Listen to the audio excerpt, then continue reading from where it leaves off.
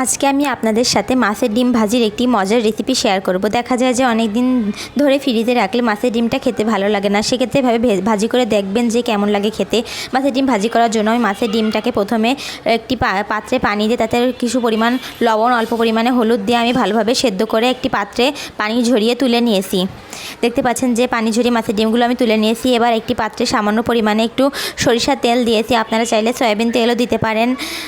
সরিষার তেল দিয়ে আমি ভালোভাবে কড়াইটাতে সরিয়ে দিলাম তেলটা। আপনারা চাইলে নন স্টিকের কড়াইটাও ব্যবহার করতে পারেন। আমি দেখলাম যে তেলটা গরম হয়েছে কিনা। তেলটা সামান্য পরিমাণে গরম হলে আমি আগে থেকে সেদ্ধ করে রাখা মাছের ডিমটা তেলের ভেতরে দিয়ে দিব। অবশ্যই তেলটা বেশি গরম হলে দেওয়া যাবে না, তাহলে মাছের ডিমটা ছুটে গায়ে লাগতে পারে। তেলটা সামান্য পরিমাণে গরম হলেই কিন্তু দিতে হবে, আর অবশ্যই ঢেকে দিবেন, না হয় গায়ে তেলটা ছুটে আসতে পারে মাছের ডিম থেকে। আর এই পর্যায়ে চুলার আঁচটা কিন্তু মিডিয়াম থাকবে। এই যে দেখতে পাচ্ছেন যে আমি মাছটা ডিমটাকে এভাবে আলগা করে নিয়েছি। এক পাশ কিন্তু ভাজা হয়ে গেছে। আপনারা কিছুক্ষণ পরে একটু চেক করে দেখে নেবেন যে ভাজা হয়েছে কিনা। বেশিক্ষণ রাখলে কিন্তু এভাবে পুড়ে যাবে, তাই কিছুক্ষণ পরে আপনারা দেখে নেবেন যে মাছের ডিমটা ভাজা হয়েছে কিনা। এক পাশ ভাজা হয়ে গেলে আপনারা আরেক পাশ একটু উল্টিয়ে দিবেন, আর উল্টানোর সময় অবশ্যই চুলার আইটা নিভিয়ে দিবেন, চুলার জালটা অবশ্যই নিভিয়ে দিবেন, তাহলে আর ছুটে গায়ে লাগার সম্ভাবনা থাকবে না। আর এভাবে বড় টুকরাগুলোকে আমি একটু খুন্তির সাহায্যে কেটে দিচ্ছি। আপনারা চাইলে আস্তেও রাখতে পারেন। আমার যেহেতু একটু ঝুরা ভালো লাগে, তাই আমি খুন্তির সাহায্যে এটা কেটে দিচ্ছি। দেখতে পাচ্ছেন যে মাছের ডিমটা কিন্তু এক পাশ পুরো লাল হয়ে গিয়েছে। এবার আমি আরেক পাশে সেমভাবে ভেজে নিব। তার আগে আমি একটু এভাবে কেটে দিচ্ছি। যারা মাছের ডিম খেতে পছন্দ করে না তাদেরকে একবার এভাবে ভাজি করে দিয়েই দেখবেন যে তারা অবশ্যই খাবে। আর ভিডিওটা ভালো লাগলে অবশ্যই চ্যানেলটি সাবস্ক্রাইব করে পাশে থাকার অনুরোধ রইল। এভাবে কেটে দেওয়ার পরে আমি আবার ডিমগুলোকে ঢেকে দিব। অবশ্যই আপনাকে ঢেকে দিতে হবে, না হয় কিন্তু এটা থেকে ডিম ছুটে গায়ে এসে ঠুলা উঠে যেতে পারে। এবার আমি ডিমটা ঢাকনা দিয়ে এভাবে ঢেকে দিয়েছি। চুলার জালটা কিন্তু মিডিয়াম দিয়ে আপনারা ডিমটা ভাজবেন।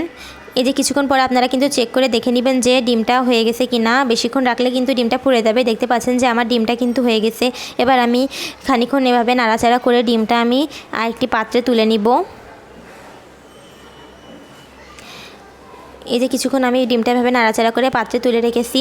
এবার আরেকটি পাত্রে একটু বেশি পরিমাণে পেঁয়াজ আর কয়েকটা কাঁচামরিচ এভাবে ফালি করে রেখেছি। এই মাছের ডিম ভাজিটা একটু বেশি পরিমাণে পেঁয়াজ দেওয়ার চেষ্টা করবেন, তাহলে খেতে ভালো লাগে। এবার আরেকটি পাত্রে আমি এই সামান্য পরিমাণে একটু তেল দিয়ে নিয়েছি। তেলটা একটু গরম হয়ে যাওয়ার পরে আমি আগে থেকে কেটে রাখা পেঁয়াজ এবং ঝালগুলো আমি তেলের ভেতরে দিয়ে নিলাম।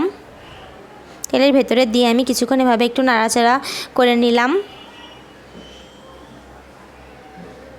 কিছুক্ষণ এভাবে নাড়াচাড়া করে অল্প পরিমাণে একটু লবণ দিয়ে নিলাম। লবণ দিলে পেস্টটা তাড়াতাড়ি সিদ্ধ হয়ে যাবে।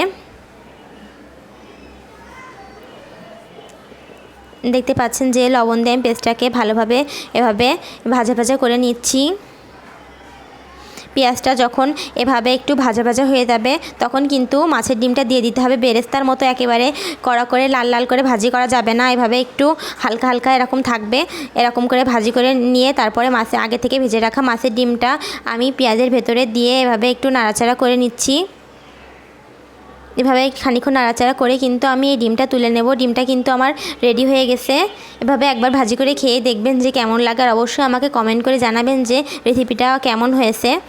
এদের ডিমটা ভাজি করে আমি আরেকটি পাত্রে তুলে নিয়েছি। দেখতে পাচ্ছেন যে বাইরের ওয়েদারটা কি সুন্দর আজকে। ভিডিওটি ভালো লাগলে অবশ্যই চ্যানেলটি সাবস্ক্রাইব করে পাশে থাকার অনুরোধ রইল।